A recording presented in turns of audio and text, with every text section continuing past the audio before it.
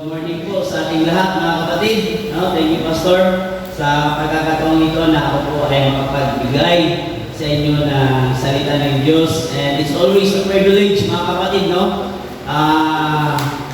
to be given a chance in the ministry of God. Kahit na yung sa music ministry, it's always a privilege. Tandaan po natin mga music team na kahit kayo ay hindi nyo tugtog dito, mayroong gagamitin ng Diyos.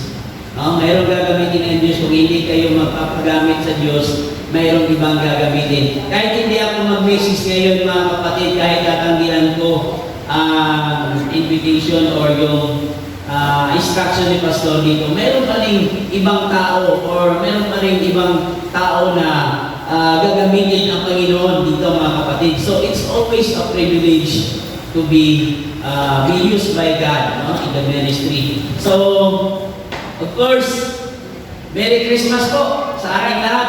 Still Christmas, very excited this season, this month. Maraming mga celebration, maraming mga okasyon na dadaluhan. Maraming mga Christmas party, sa simbahan, sa bahay. Excited naman kayo mga kapatid? Sana yung sa bahay ninyo. Sa amin meron kaming mga ginagawa na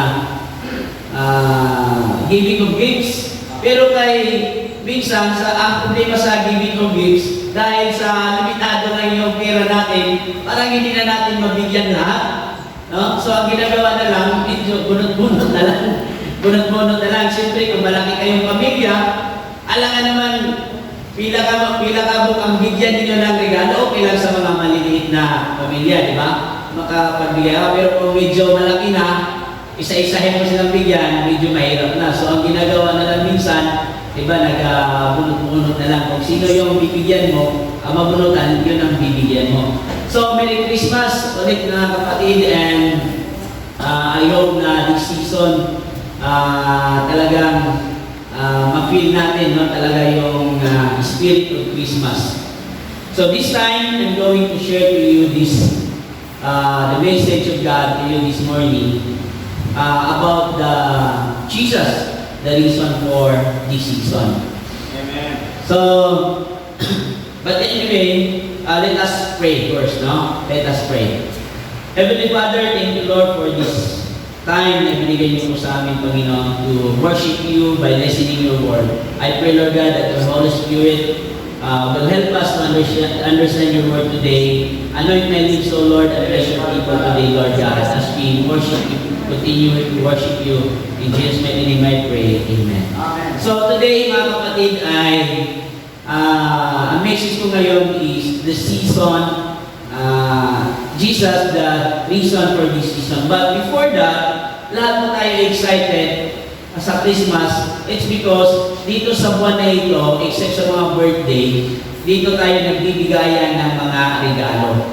But this time, I'm going to relate some story muna bago tayo sa message of God.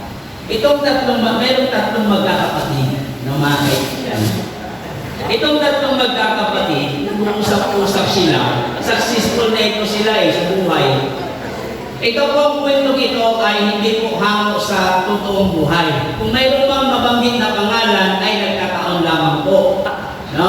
So itong tatlo, mga successful na ito. Mayroon sila, kasi December time, gusto nilang masaya ang kanilang mama. So, bigyan nila ng regalo.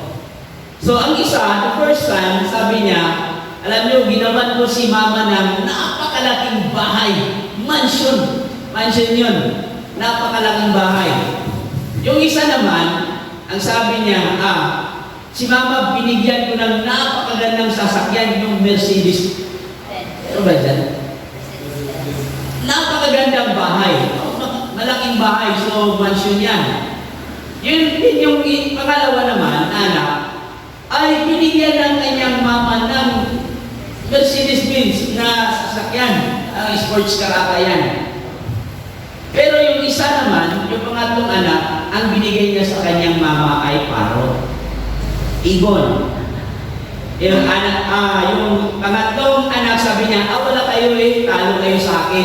Kasi si mama, binigyan ko siya ng parot. No? Binigyan ko siya ng parot. Dahil hindi nyo ba alam, si mama mahilig magbasa ng Bible.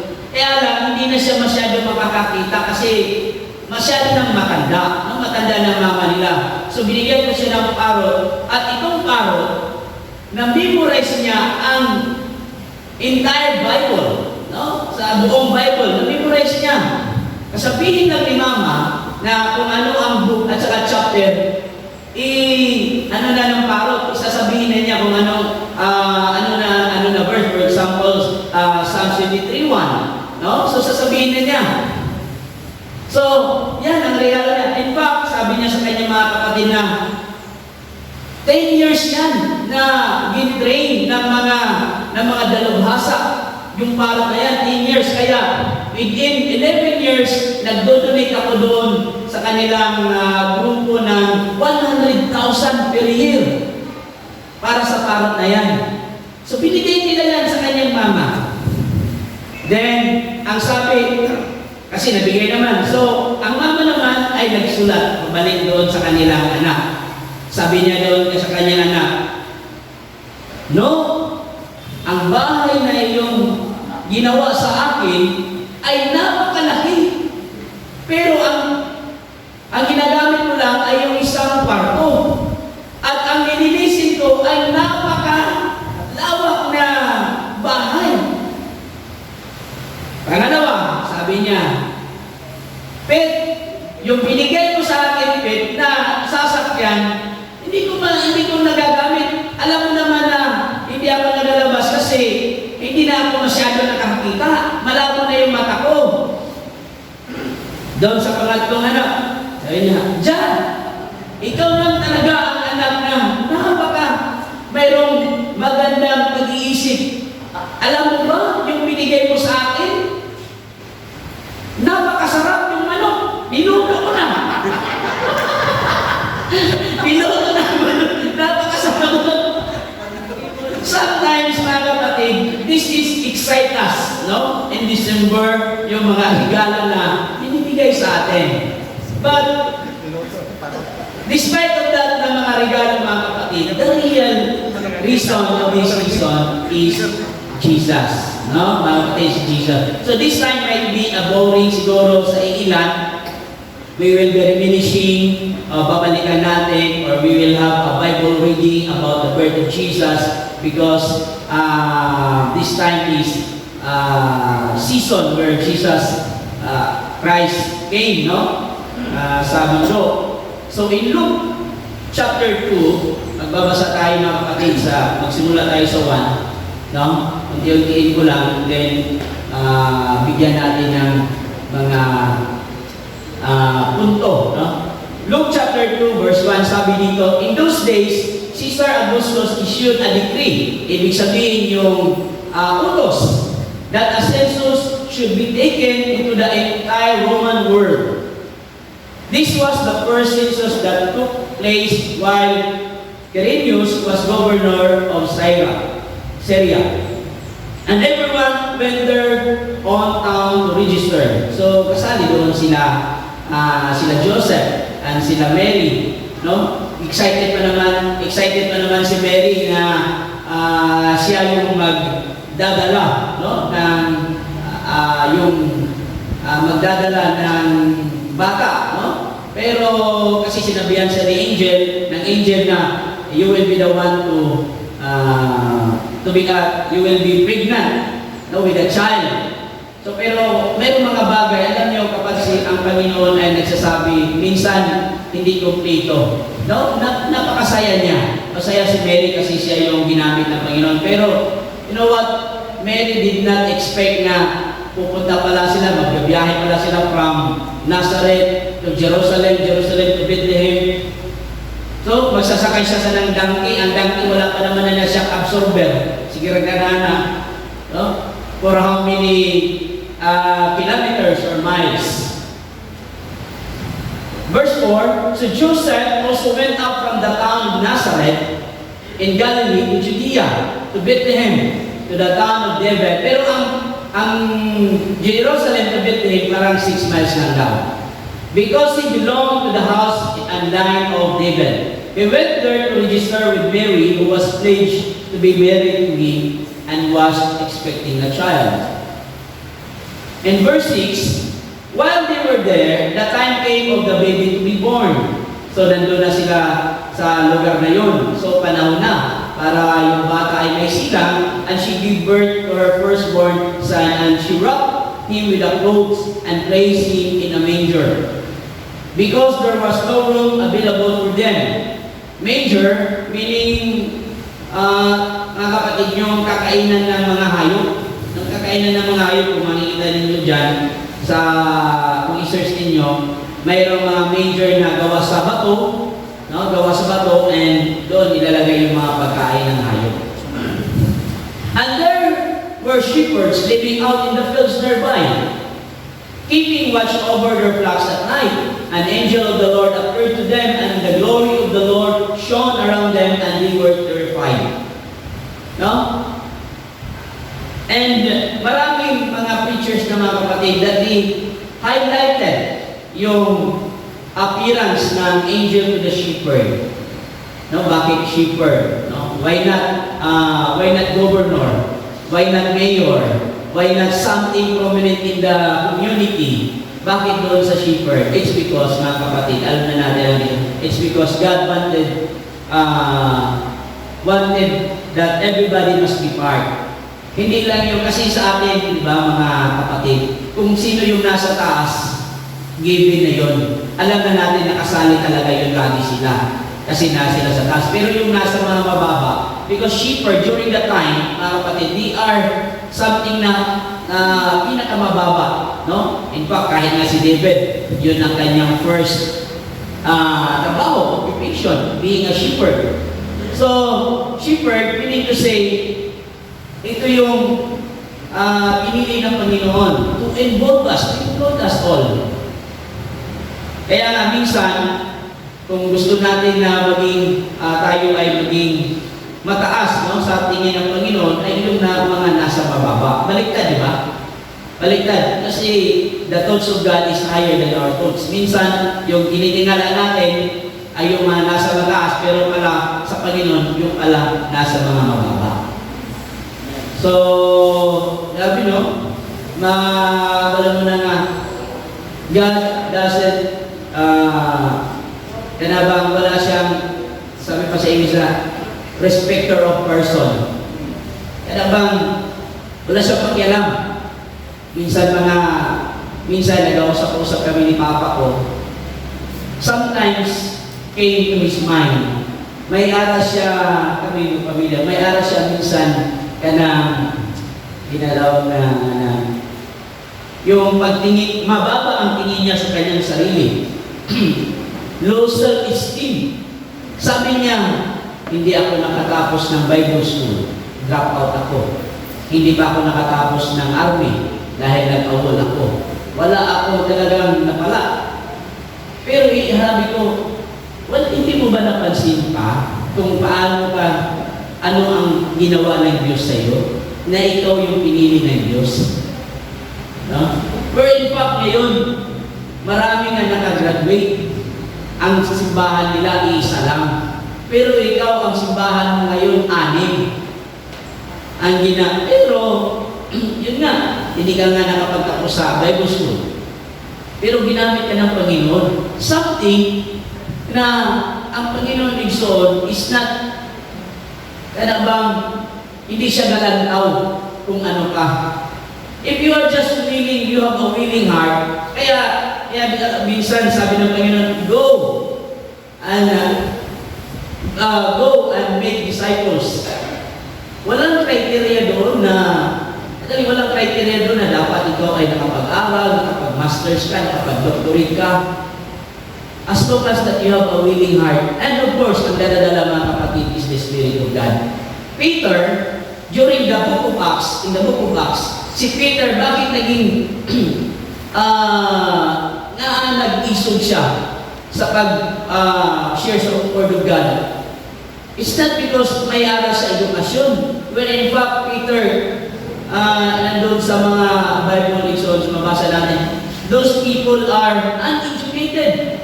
Wala galing siguro to sila ka-grade 1. Pero they are used by God mightily. No? Gingamit sila sa Ginoo nga, grabe, shepherd. Gingamit sa Ginoo to discover the Messiah. So, ano na minsan, mahirap pala maging nasa taas ka na. Kaya baka kapalit noon sa Panginoon ay baka maging mababa na tayo, no? And verse 10, but the angel said to them, do not be afraid. Huwag kayong matakot. I bring you, anong dala niya? Good news and will cause great joy for all the people. Kaya nga mayroon tayong kanta na, joy to the world. No? Joy to the world. The Lord has come. So, there is a good news. And this good news, magiging dahilan ng great joy or kasiyahan sa bawat isa. This joy is something, mga kapatid, na unexplainable. Kagaya ng kaisipin natin, mga kapatid. Totoo ba talaga na lahat ng nagpapasalamat last Sunday ay nasa magandang kalagayan? Lahat ba nasa Sunday, last Sunday ay nagpapasalamat na walang mga dinaramdam sa pangangatawan? Totoo ba na ang nagpapasalamat noong Sunday ay lahat may pera? No? It's because of the joy. Great joy. Joy doesn't depend on happenings, but it depends on God. Happiness depends on happenings. Circumstances. Sometimes happy ka ngayon. Bakit happy ka? Kasi nakatanggap ako ng Mercedes-Benz. No? Binigyan ako ng malaking bahay. At saka yung masarap na manok, lechon manok. Masaya ka dahil that is happening. But may regalo o wala, that is joy. No? G-O-Y, down in my heart. Today in the town of David, a Savior has been born to you. He has the Messiah, the Lord. This will be a sign to you. You will find baby wrapped in clothes and lying in a manger. So, ginbalot. Ginbalot din, ilagay doon sa manger. Manger, parang kakainan niya ng mga hayop. Verse 13, suddenly a great company of heavenly hosts appeared with the angel, praising God and saying, glory to God in the highest heaven, and on earth peace to those whom His favor rests. Kaya nga, itong joy and peace, para magkasama ito lagi, joy and peace. Magkasama ito kapag nandyan si Jesus. Because Jesus is the joy, Jesus is the peace. So, peace, joy and peace, glory to God in the highest heaven. And then in 15, when the angels had left them and gone into heaven, the shepherds said to one another, let's go to the Bethlehem and see these things that has happened, which the Lord has told us about Jesus. About, anong sabi ng angel sa kanila? The Messiah will be born. No? So, napag-isip-isip na lang, napuntahan natin doon. Tingnan natin. At sabihin natin kung ano yung sinabi ng angel sa atin. So they hurried up and found Mary and Joseph and the baby who was lying in the manger. When they had seen him, they spread the word concerning. No? Ito na yung sabi ko kanina na sinabi nila yung kung ano yung narinig nila sa angel and we told them about the child. This child, no, will become the Messiah, meaning the Savior. And all who heard it were amazed, and the shepherds said to them. So, amazed sila, no? Wonder sila, mga kapatid, na hindi daw minsan hindi sila makapaniwala, no? Amazed sila na itong batang ito ay yung tagapagligtas. But Mary treasured up all these things and pondered them in her heart. Si Mary, daw something now na sa cloud nine, daw hindi niya maintindihan ang mga bagay-bagay, nilagay na lang niya sa kanyang puso at isipan. No? In her heart. Pag-isip-isip na. Then the shepherd returned, glorifying, praising God for all the things he had heard and seen, which were just as they had been told.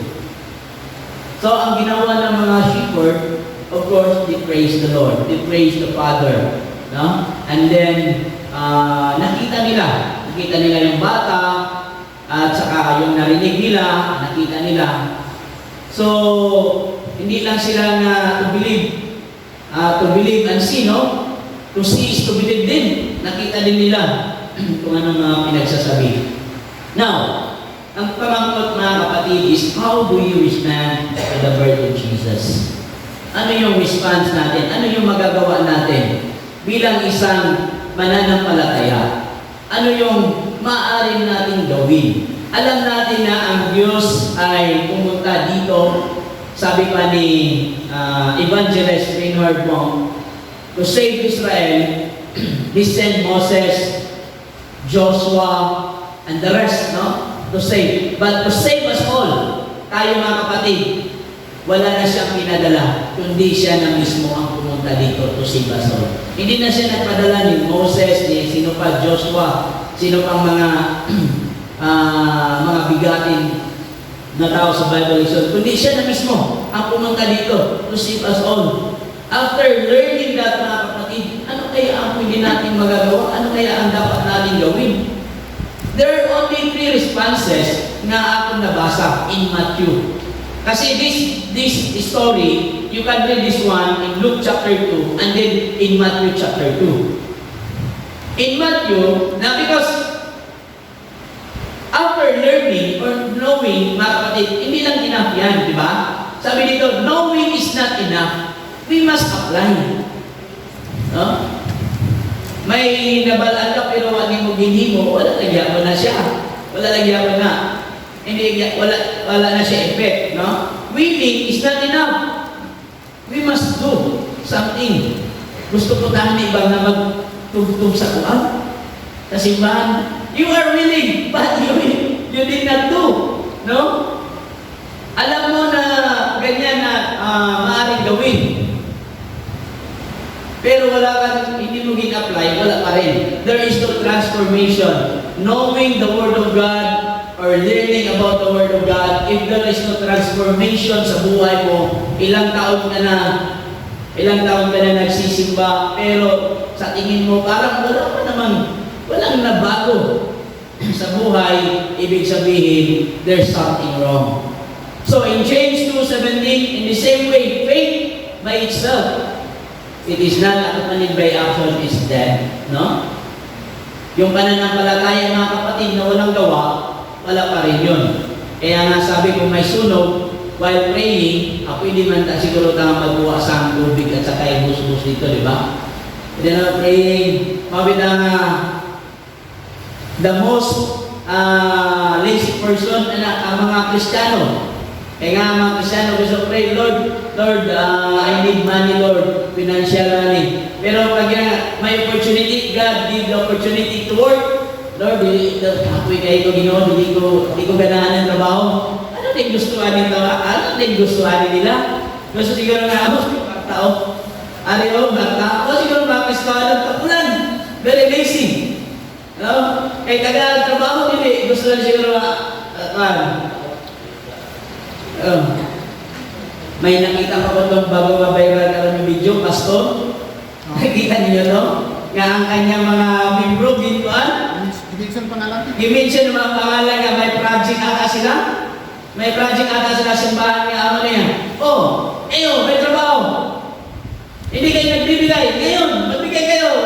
Ganun naman. Pero minsan, mga kapatid, it's not how God's work. No? Para sa atin, mga kapatid, if we have needs, we will talk to God and God will talk to people. Gagamit ang Panginoon. We don't limit the power of God. No? We will go first to God. And then, alam ng Panginoon kung ano ang gagawin niya. God will be the one to talk to someone. Diba? Nagbigay kayo? Meron nangangailangan, di nagbigay kayo? Sino man nagsabi sa inyo na magbigay kayo? Ang Panginoon. Sabi ni Lord, bigyan mo yun siya, nangangailangan yun. Bigyan mo siya ng regalo para maging masaya naman siya ngayong Christmas. No? Hindi ba nagsabi, minsan, awkward ba siya na, bigay kong regalo,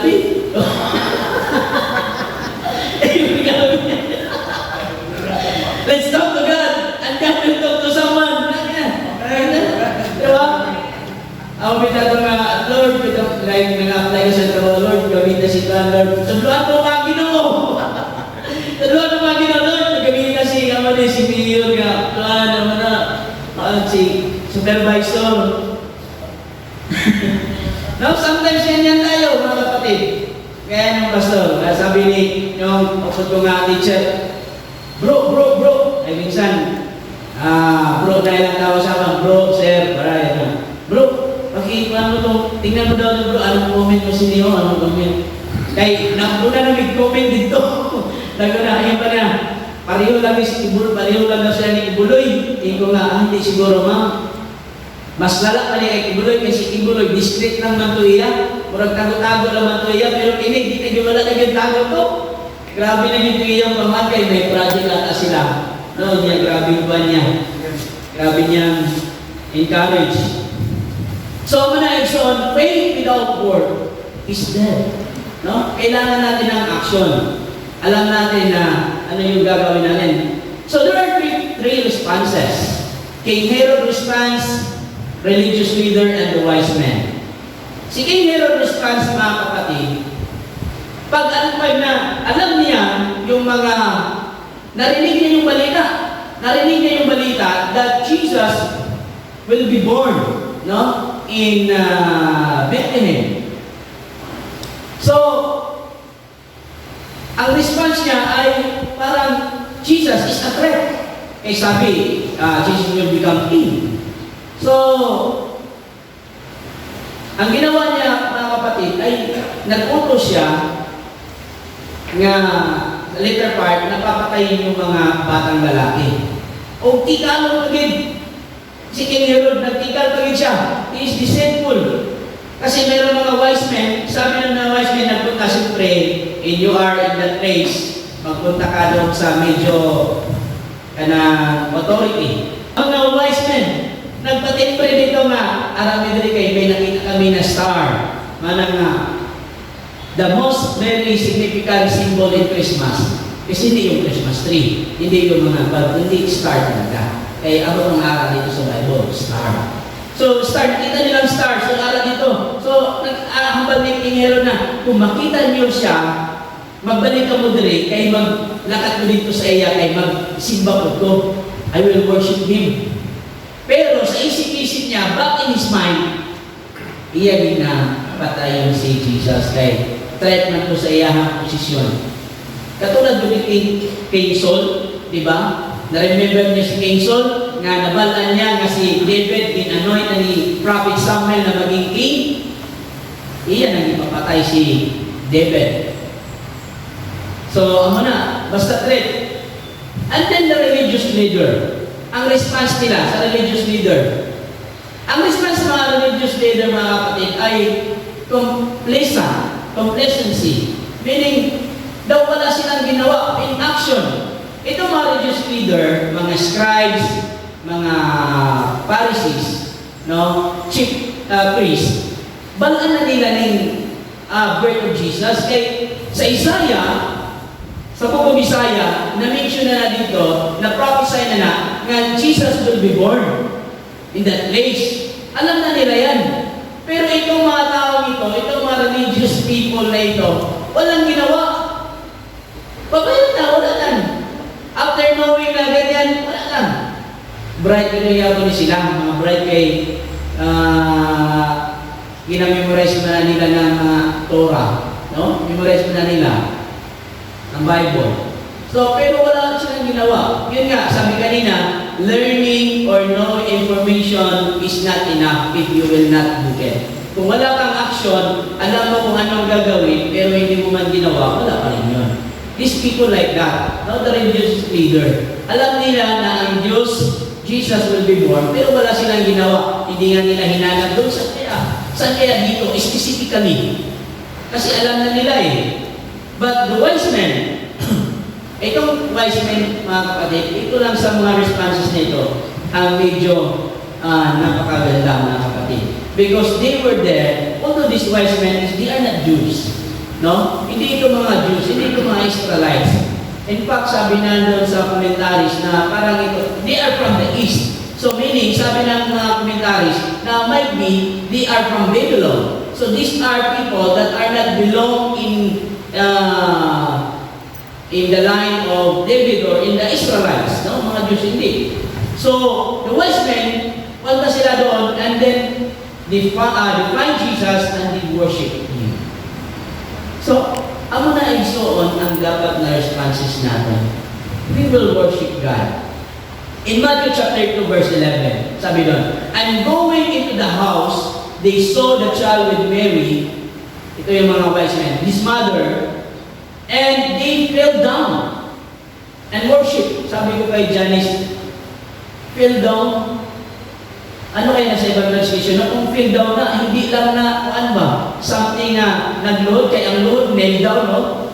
Kneel down, kundi naghapagin siguro ni sila, fell down, and worship Him. The opening their treasure, He offered Him gifts, gold and frankincense and myrrh.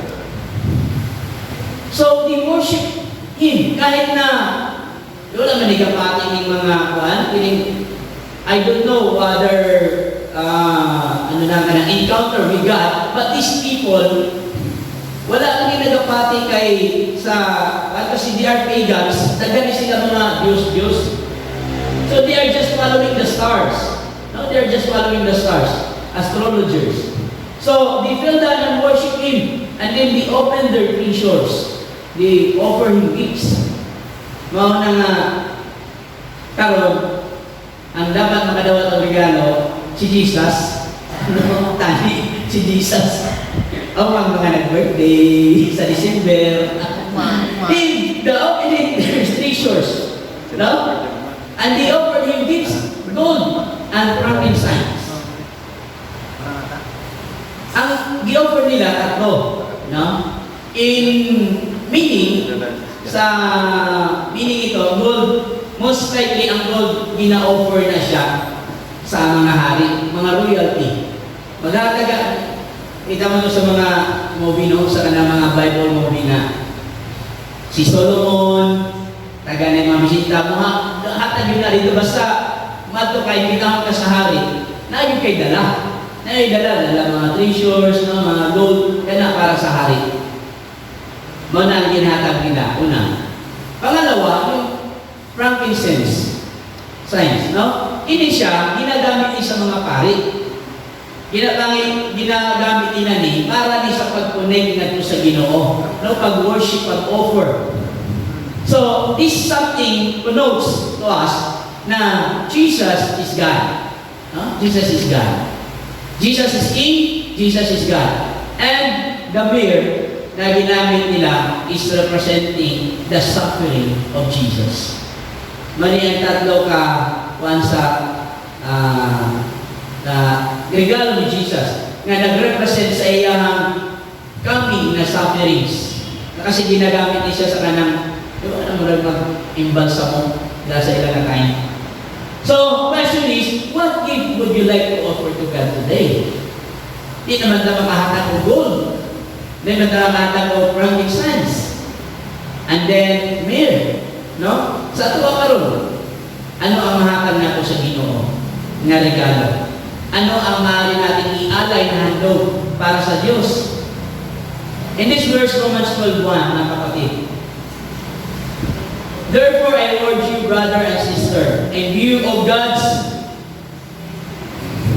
mercy, to offer your bodies as a living sacrifice, holy and pleasing to God. This is your true and proper worship. Anong sabi kanina? They fell down and worship, mga wise men. And they worship them also by giving gifts.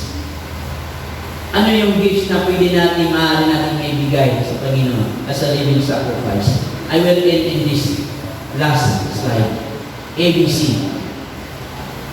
This is how we can offer ourselves to God, mga kapatid. Act of righteousness. Act of righteousness. Ibig sabihin, just like with Paul, sabi niya doon sa minsan ang mga Kristiyano kasi during the time sa Corinthians, no? They receive Jesus Christ as their Lord and personal Savior, but they always forget na sila ay binago na ng Panginoon. Kaya nga sabi ni Paul, you are now new creation. The past has gone. The new has come. Kaya minsan, it is always reminding us, mga kapatid, na tayo po ay binago na ng Panginoon. Kaya yung mga bagay-bagay na ginawa natin dati pa, ay hindi na natin dapat gagawin ngayon. That is Paul saying doon sa mga Corinthians and even today sa ating mga kapatid. Tayo po ay binago na ng Panginoon. So we must act righteously. Yung mga bagay, you cannot love God if you cannot hate evil. No? Hindi ka pwedeng mahal po ang Diyos, pero still doing the things, you cannot hate those things that is evil. No? Yung mga bagay na ayaw ng Panginoon. Very sad na yung mga bagay na supposed to be na hindi na natin dapat gagawin. To give offer to God is to act righteously. Remember that your past is already gone. Nawala na yun. Kaya gina-remind na ni Juan na every time na sometimes you commit mistakes, remind yourself you are not new creation. No?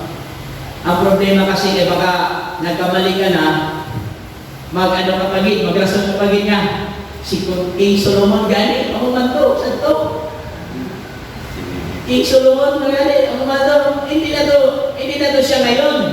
Iba na yun kasi iba ngayon si Jesus. Grabe gani si Jesus, kaya bisan maglantaw ka lang sa babae at saka kung meron kang pangnanasa, that is already adultery. No? When you look twice, kung mag-twice, there's something wrong na daw. O, di ba? Grabe ka, stricto. So, ako na siyang, ang mga vices, mga bisyo, no? Minsan, actually, mga kapatid sa loob ng simbahan, hindi man may wala kahit sa amin. Meron mga kapatid namin na talagang into vices. But you know what? We cannot change those people. Ang tao hindi maka-change, only God. But, kung nasa sila sa simbahan, they are always welcome. Pero sa atin kasi mga kapatid, di ba? Acceptance doesn't mean approval. Acceptance doesn't mean approval. Ibig sabihin, gindawat natin sila, gindawat mo siya, pero hindi sila nga nag-approve sila. For example, bana mo, asawa mo, sige sigarilyo, sige inom, niya, Kristyano ka. Do you think nga, siyempre, hindi ka na, o niya, mag-hospital ba yan? Mag-hospital na, wala, gapa din mo. Hindi na nabitaw ka nga, hindi ka sigarilyo. Tanaw ka ron, ginungon niya na ka. Hindi mo ipadto sa hospital dahil may sa sigarilyo. Helping someone doesn't mean approval of lifestyle. Mana na kung magbulig ka igsuon, minsan mag-Kristiyano, magbulig ka, di ba? May ara ka mga fund na, may ara kita mga pondo na pagbulig natin, mga charity works, na hospital, yun. Una, tagam, anawanan na atay niya kasi inang magtanduay. Okay lang ang taong sa biglan. Hospital. Hospital. Kanya walang kwarta. Ang pagtabang ni mo igsoon sa iya doesn't mean that you approve his lifetime. Kundi that is your kindness. Ang pagtanaw mo sa iyong asawa igsoon nga, grabe na siya. It is acceptance, but doesn't mean that you approve his lifestyle nga. Sige lang bisyo, sige mo na. Just like with Jesus, there is always compassion, loving kindness in his heart. When he saw yung babae igsoon, di ba ambal niya sa babae? Katong gi-accuse nila o na, kinsa diri sa inyo walay sala. Una mong bato. Batuhan ninyo ang babae. Kay mo man ilang panso ng punishment. Bisa-bisa sito, di ba? Wala ni bato. Kay sila tanan may sala. But only Jesus can do that. Kay si Jesus walay sala. Pwede niya batuhon, pero wala niya gin bato. Kung sa inyo ni Jesus sayang, go. Meaning to say, I accept you. Go. Pag sabi niya, and sin no more. I accept you but I don't approve. So sin no more. Ay napagpakasala. I do not approve. Yun. Bala niyo ba kung ano itong mga una naglakaw-lakaw na dito? Ang pinakatigulang na naguna. Una na naglakaw. Sila yung pinakadagang sala. Mga senior citizen. Kaya na ilan mga years din? 80? For 80 years. Kumpara sa akin nga 40 years. Oh. Mas doble ang sala nila kontra sa akin. Sila yung naglakaw. Naglakaw si Bob kay Gabito. Kay damo ka rin sila sala. Itangtanan may salaman. No? Grasya na lang din sa Ginoo. But, since that we accept Jesus Christ as our Lord, we must act righteously. No? We are not saved by God because we are good, but to do good. No? Ginluwas kita sa Ginoo, dili kay maayo kita, kundi ginluwas kita sa Ginoo is because God wants us to do good, maayo nga po sa atong nauban. Our works, our performance cannot save us. Meaning to say, it means that our performance cannot unsave us. No? Kung atong performance dili makaluwas nato, mga kapatid, ingon man sad nga ang atong performance dili makapawala nato sa Ginoo, no, sa aton. Na pangalawa, B. B sila na, be of service. Offer yourself to God. Be of service. May aral kita mga talents, mga skills, gift na gihatag sa Ginoo, mga music team, no? Mga music team, hindi na ka masigi-sige papresyo, no? We really need you. But if you really don't want, believe me, may gamiton ang Ginoo. Magbili ka mo. Bisan nga ako, bisan man, di ko magpagamit sa Ginoo, it's on the ring na church, naagi ako gamiton na yun. Di mahubsan, hindi mahubsan ang Ginoo sa may gamiton siya, it's on. Ano nga, pasalamat, mga music team, we are really privileged, we are very thankful to God na gingamit na sa Ginoo. No? Do not make it as a burden. Daw burden ng mga daw, kung naka sa ministry, daw burden naman ng ang time mo, no? Gamay ka niya itong ginatag na time sa Ginoo. But be of service.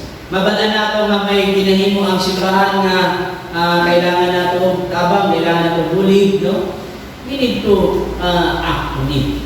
Tabangan na ito. Be of service. Letter C. Commit spiritually.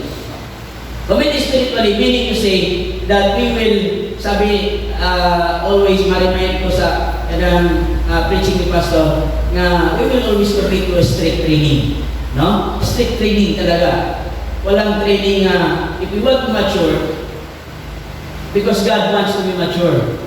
Wala man po sa last Thanksgiving, pero ginahan na po wali ni Papa ko, ngayon siya na ang pagpasalamat ko sa kabuhat sa mature. Tandaan na to ako sa kabata igsoon. Pag tagaan mo na siya kwarta, iba ang adult pa yung na, salamat. Eh, di ka ba nung pasalamat ng bata? Di ka ba nung sa tagaan mo na yan? Salamat na. Pero ang mature person, pag tagaan mo siya, pasalamat din na. Mao nga ang Thanksgiving is an act of a mature despite sa imong sitwasyon. Thanksgiving is not about your situation. Kaya kung about pa sa imong situation, naagri siguro din sa tuwa di makapasalamat. Na ba may pag-ampong na hangtod karon wala gitubag sa Ginoo? Ara, wala. Ara gyapon. Ganahan ka magpasalamat sila wala pa nito ba? But because Thanksgiving is not about your situation. It's not about your situation. Happening sa iyong buhay so on. Mao na nga kahit wala pagitubag sa Ginoo, nakapasalamat gyapon ka. Mana commit spiritually sa mga bagay-bagay, may Bible study, may prayer meeting. No, salamat sa mga throughout the year natapos na ang atong schedule sa prayer meeting sa tanan nga mga nag-host, no? Salamat nga when you open your house, your home para dito tayo magkatipon, we encourage one another, no, we pray one another, and communication really helps us to become closer to God. That is the secret to become close, to have a close relationship. Communication. Kita dito, mga magkakapatid tayo sa Panginoon. But, honestly, we are not, our relationship matters. Nagdepende ito. Might be ang relationship nila pastor different from yours. It's because kami nilang pastor, sige kami istorya. Kanya, kita, may istorya ta, within the Sunday. No? Pero still, magkakapatid tayo. But what I mean, what I trying to say is the relationship. The relationship. May, di ba may aral ng mga parente niya mismo. Hindi mo close. May aral ng mga parente ng close mo. What is the key? Communication. Hindi man mo ka mo sige istorya sa to. Di ba? May tingnan mo isa ka, may mga relatives na dito nasa side sa akong mama, hindi kami mga close. Hindi kami mga sa side sa akong papa, close kami kay naman din na sa compound sa mga purpose. Na diya sa Agusan. Pero sa akong mama kasi dito pa sa Visayas, sa Leyte pa, sa Southern Leyte. So, bihira lang may mga dito. Although nga, may relation kami, pero hindi give something different gift from those people that we have always communication.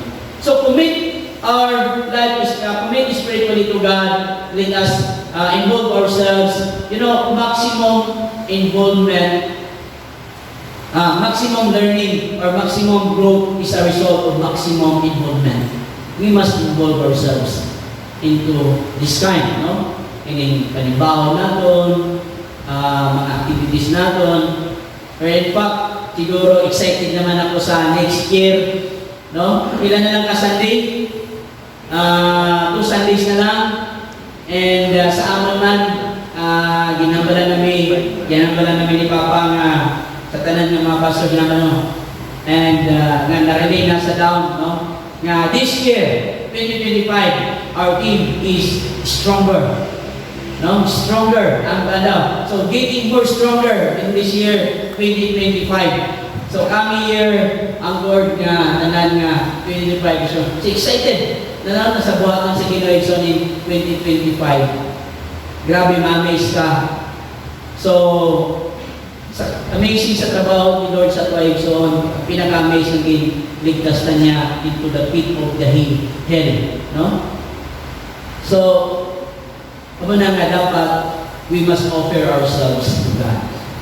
We must commit ourselves to God as a living sacrifice. That is our gift. That is our worship to God and so on. So, I hope that the Word of God, mga kapatid, will really help us. No? And remind us to continually offer ourselves as a living sacrifice to God. This is our gift to Jesus. No? To God, to the Father God. Accept God.